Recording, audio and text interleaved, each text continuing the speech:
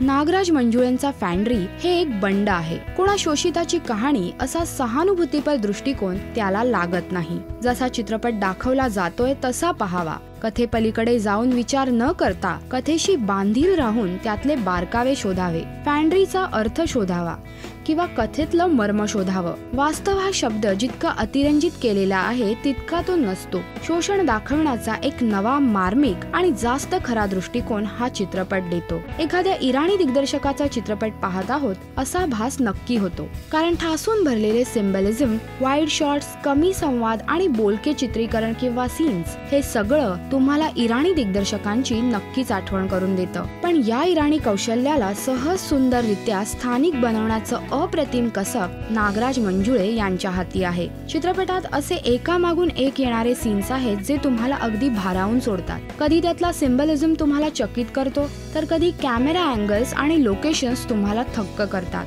कथेत दाखवले गेलेले विरोधाभास जेव्हा आपल्याला कळतात तेव्हा एक वेगळाच आनंद मिळतो. अगदी सध्याच्या काळातली ही कथा आहे. शहरीकरण बळावलेल्या समाजाची. अकाळनेर गावात डुक्कर आणि दलित दोघांनाही एकसमान वागणूक दिली जाते. अस्पृश्य अशी.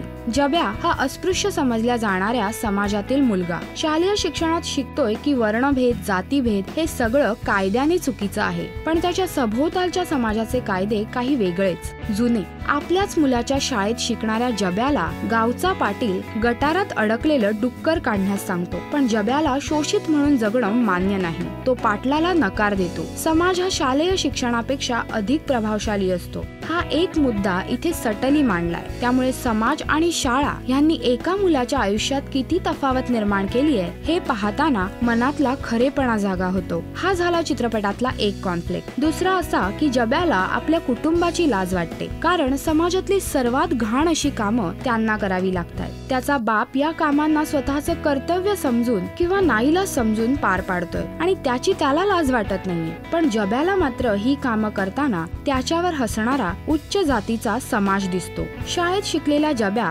मनात एक बंड घेऊन जगतो. त्याचा उद्रेक कधी आसवांतून होतो तर कधी परिवाराची साथ सोडून होतो. हा एक अतिशय दाहक, नवीन आणि प्रभावी कॉन्फ्लिक्ट इथे मांडला गेलाय. जत्रेतल्या पालखीचा प्रसंग खूप बोलका आहे.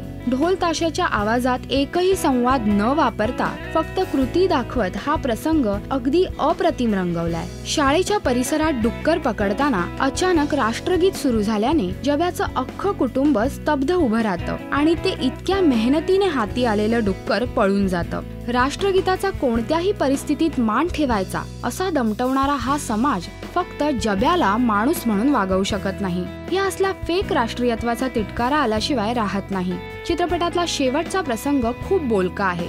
गावात पिसाळलेलं डुक्कर शोधायला जब्या आणि त्याचं अख्खं कुटुंब सकाळी बाहेर पडतं. अर्थात जब्याचा त्याला नकार असतो. कारण शाळेच्या परिसरात हा अमानुष, अमानवी पकडापकडीचा खेळ रंगणार असतो. अगदी तसंच होतं.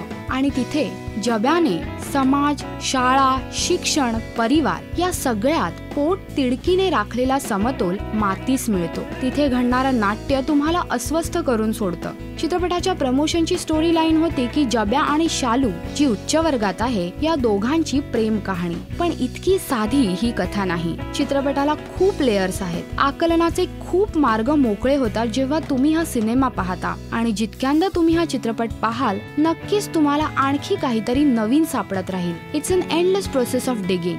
गुण किंवा स्टार्स देण्याजोगा हा चित्रपट नाही, किंबहुना तो या पलीकडे आहे. त्यामुळे या चित्रपटाला माझ्यातर्फे तरी 5 स्टार्स नक्की आहे.